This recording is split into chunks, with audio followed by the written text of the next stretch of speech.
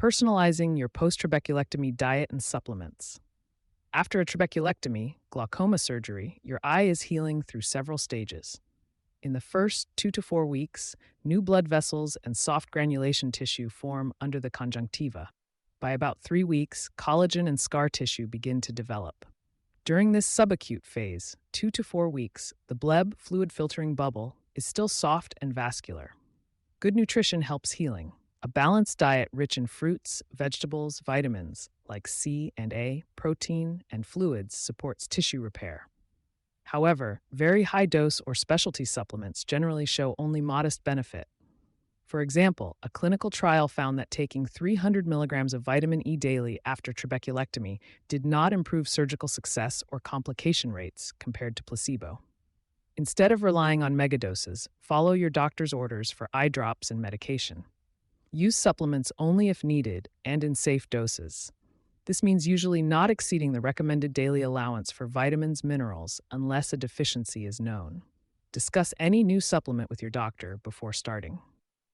Consider your medical history and medications. Your overall health can affect healing and interactions with supplements, blood thinners or anticoagulants, like warfarin, Xarelto, aspirin, Plavix.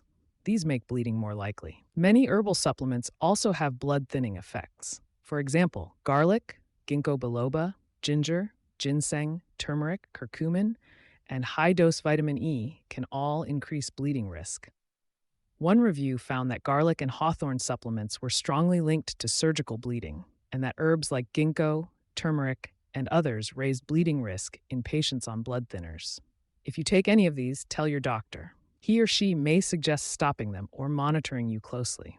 On the other hand, normal dose fish oil, omega-3, ginseng, and saw palmetto did not show increased bleeding in studies, though we still caution if you are on blood thinners. Practical point: if you are on warfarin, your doctor should check your INR after starting any new supplement. For example, substances like vitamin E or CoQ10 can raise INR and require a dose adjustment. Vitamin K in green vegetables lowers warfarin effect, so keep your vitamin K intake steady. Blood pressure, heart meds, and kidney meds. Some supplements affect blood pressure or potassium levels. For example, potassium-rich supplements or teas, like high-dose potassium or warm medicinal teas, can add to potassium if you're on ACE inhibitors or potassium-sparing diuretics. Herbals, like licorice, can also raise blood pressure. Always check with your doctor. If you have high blood pressure or heart disease, do not take supplements that significantly raise or lower blood pressure without approval. Diabetes. If you have diabetes, avoid supplements that spike blood sugar. Some herbal formulas, like certain Chinese or Ayurvedic mixes, can raise or lower blood sugar, so discuss any new herbals with your endocrinologist. Generally, stick to multivitamins and avoid sweet syrups or products with lots of sugar. Other conditions, chronic inflammatory conditions or steroid use, can slow healing or suppress immune response. In these cases, your doctor may want to avoid immune-boosting herbs like echinacea or anti-inflammatory ones like high-dose turmeric that could theoretically interfere with your medications. If you have liver or kidney problems, high doses of fat-soluble vitamins A, D, E, K, or minerals might need lab monitoring. Bottom line, write down all your health conditions and medications. Review them with your doctor to flag any supplement interactions. For instance, if you use aspirin or warfarin, your doctor will advise stopping blood-thinning herbs well before or after surgery. Surgical details matter. Details of your surgery guide, what to watch for. Anti-scarring agents, MM5FU. Many trabeculectomies use antifibrotic drugs, mitomycin C or 5-fluorouracil, during surgery to prevent aggressive scarring. If your surgeon used these, the wound is intentionally kept from scarring too fast. In that case, you may tolerate normal healing better and have less natural scarring. You usually do not need extra anti-scarring supplements since the medication already reduces fibrosis. No anti-scarring agents. If no mitomycin C or 5-FU was used, your eye relies on its own healing. Certain types of glaucoma, like neovascular or uveitic glaucoma or repeat surgery cases, are known to scar excessively and often drive surgeons to use antifibrotics. In these high-risk eyes, supplements that might inhibit scarring, like curcumin, could be considered, but evidence is weak. It's safer to ensure good steroid use, as prescribed eye drops, and a healthy diet rich in antioxidants, fruits, vegetables, rather than special pills. Needling or leaks. If in follow-up the doctor performed a needling procedure to break scar tissue, or there's a bleb leak, it means your eye is having trouble.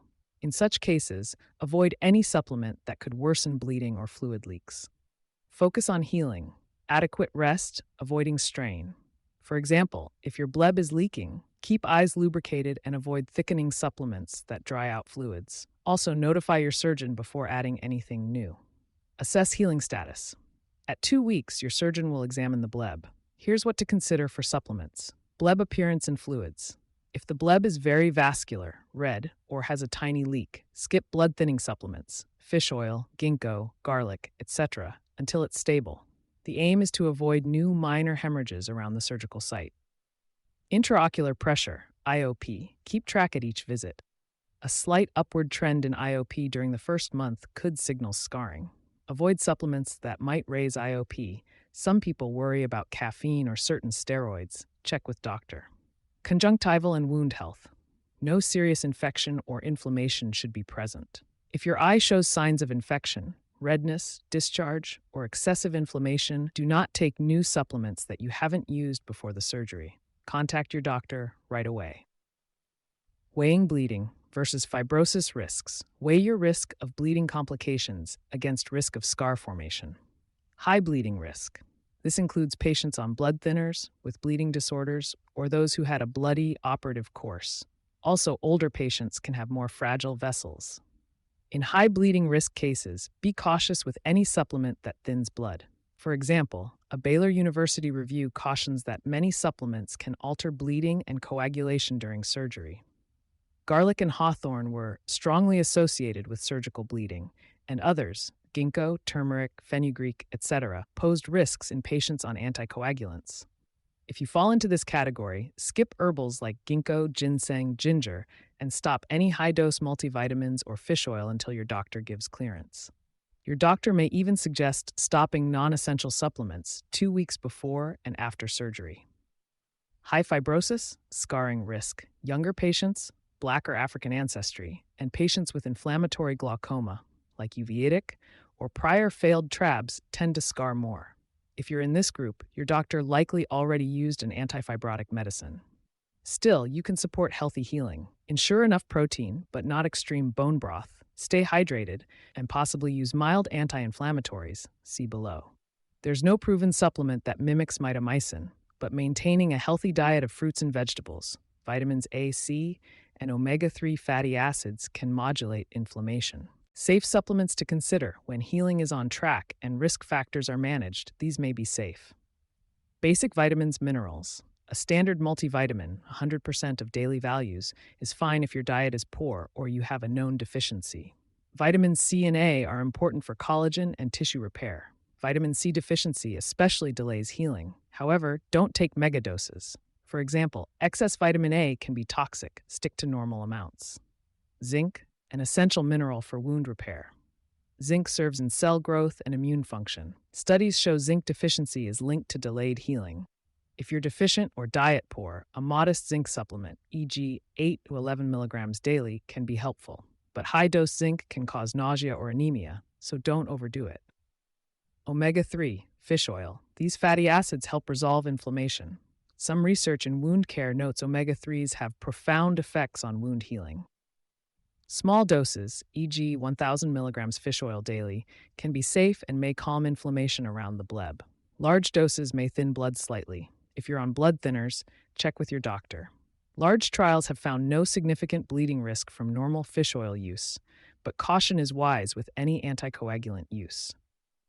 Arginine, an amino acid involved in collagen production and immune function. Some wound healing protocols include arginine to support tissue growth. There's no specific study in trabs, but a review notes arginine with omega-3s can improve wound outcomes. You might get arginine from foods, nuts, meat, or as a supplement after checking with your doctor. Turmeric curcumin, a natural anti-inflammatory. Low doses, e.g. a pinch of turmeric in food, are generally safe. There's lab evidence curcumin can inhibit fibroblasts, but human data is lacking.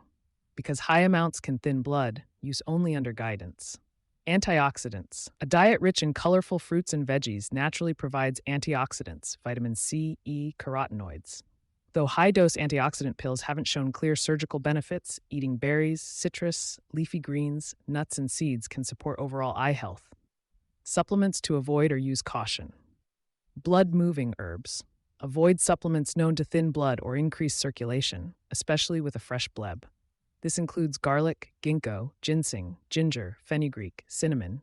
Vitamin E, high dose, fish oil, if on other blood thinners, St. John's wort, and herbal multi-ingredient blends. Even some teas, green tea, red clover, etc., have mild antiplatelet effects. These can lead to subconjunctival or anterior chamber bleeding. High-dose protein collagen. Contrary to general healing advice, after trabeculectomy, too much collagen intake may speed scarring of the bleb. Supplements like collagen powder, bone broth, gelatin, or protein shakes in megadoses could encourage fibroblasts to close the drain path. Traditional guidance specifically warns against high-protein bone broths or collagen extracts after glaucoma surgery. You still need enough protein for healing, so eat normal portions, eggs, poultry, beans, but don't binge protein shakes or collagen supplements. Other herbs and formulations. Your surgeon likely advised stopping any herbal remedies 2 to 4 weeks before surgery. Continue to be wary of them now. For example, Chinese herbs that move blood, such as ginseng, angelica, dong quai, danshen, or those that affect hormones, can be risky. Always talk to your doctor before resuming any herbal medication or tea you use for unrelated health reasons. Lab monitoring and safety checks. For some supplements and conditions, labs help keep things safe. Blood thinners. If on warfarin, your INR should be checked 1 to 2 weeks after adding any supplement per standard guidelines. Supplements like vitamin E, CoQ10, or high-dose vitamin K can all alter warfarin effect, so get an INR test to adjust your dose if needed. Electrolytes. If you take potassium or magnesium supplements, or if you are on diuretics, periodic blood tests ensure potassium and magnesium stay in safe ranges. Vitamin levels. If taking high-dose vitamin D for bone health, get a 25 OHD level and calcium checked. Overdoing vitamin D can raise calcium and risk kidney stones. Blood counts. A complete blood count CBC can catch anemia or unexpected bleeding, low red cells or platelets. If you start a supplement here and notice bruising or nosebleeds, a CBC can tell if platelets dropped. Kidney liver. Some herbs stress the liver or kidneys. For example, if you use curcumin or green tea extracts in high doses, periodic liver function tests are wise. And high-protein diets or supplements might require a kidney function check if you have kidney disease. In general, any lab monitoring should be done under your doctor's guidance based on the specific supplement and your health background. Stopping guidelines for adverse effects. Always watch for signs that a supplement isn't agreeing with you. Stop the supplement immediately if you experience allergic reactions, hives, itching, rash, swelling, particularly of face or lips, asthma attacks, or any new breathing difficulty, gastrointestinal upset, prolonged nausea, vomiting, severe diarrhea, or abdominal pain, neurological or vision changes, headache that won't go away, dizziness, confusion, or any change in vision, like new blurriness after starting a supplement. Unusual bleeding or bruising, new nosebleeds, bleeding gums, or blood in stools, urine signal increased bleeding risk. Signs of infection, fever, increasing eye redness or pus could indicate bleb infection. Laboratory warning if a required lab test, INR, electrolytes, etc., goes outside safe range. Likewise, if any new eye symptom occurs, pressure rising, pain, flashes, etc., stop the supplement and inform your doctor. These are the red flags that should end the supplement and prompt medical review. Shared decision-making and tools. Choosing supplements is a team effort between you and your doctor. In shared decision-making, clinicians and patients work together to evaluate options and make the best health decisions. For example, your doctor should explain the potential benefits and risks of each supplement and listen to your concerns and preferences. You might use tools like a simple pros and cons chart. List each supplement you're considering and check off benefits, risks, interactions. For instance, fish oil, omega-3, may reduce inflammation, risk of increased bleeding if on blood thinner. Turmeric curcumin may reduce scarring, risk of stomach upset and blood thinning at high doses. Multivitamin General nutrition support, usually safe, but vitamin K content could affect anticoagulants. Ask your doctor, do I need this supplement? If an item is non essential, like high dose antioxidant pills, your doctor might suggest skipping it. If you decide together to try something, agree on how and when to monitor. Written or online decision aids for glaucoma may not explicitly cover supplements, but any glaucoma educational material can help you frame questions. For example, one study highlighted how using decision guides in glaucoma care improved patient involvement and satisfaction. Finally, keep your healthcare providers updated on every supplement or over-the-counter remedy you take. They can better protect your safety and measure outcomes. Follow-up and outcomes tracking.